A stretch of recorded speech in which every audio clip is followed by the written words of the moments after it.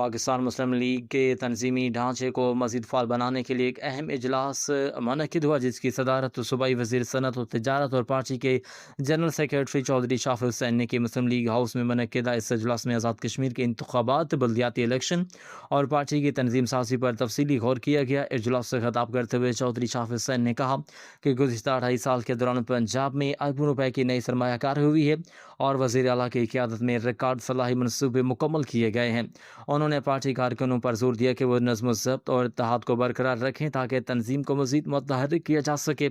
اس موقع پر آزاد کشمیر مسلم لیگ کے general secretary Chaudhry اکبر ابراہیم نے چودھری شجاعت حسین کی سیاست کو شائستگی، رواداری اور عوامی خدمت کا استعارہ قرار دیا۔ ان کا کہنا تھا کہ چودھری شجاعت حسین نے ہمیشہ ذاتی مفادات پر اصولوں اور قومی مفاد کو